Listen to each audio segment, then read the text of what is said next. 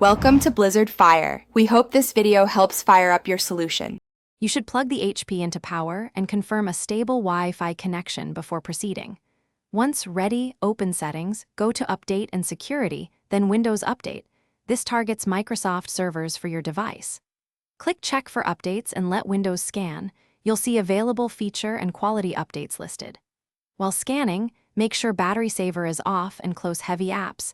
That reduces risk of stalls. This initiates the update workflow and prepares your laptop for download and install.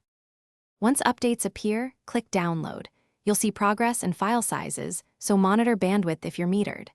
Make sure optional HP driver or firmware updates under Optional Updates are reviewed and installed. Those can fix device-specific issues. When installation completes, Windows often prompts for a restart. Choose Restart Now for immediate application or schedule restart for a low-impact time. If a feature update requires more time, plan 30 to 60 minutes.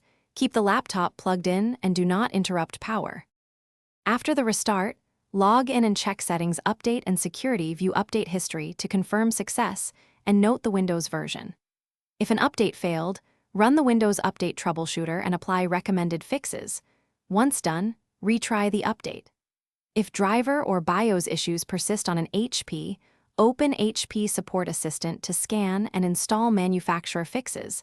This often resolves hardware drivers and firmware conflicts. Remember, if an update breaks something critical, use System Restore or uninstall the update from update history.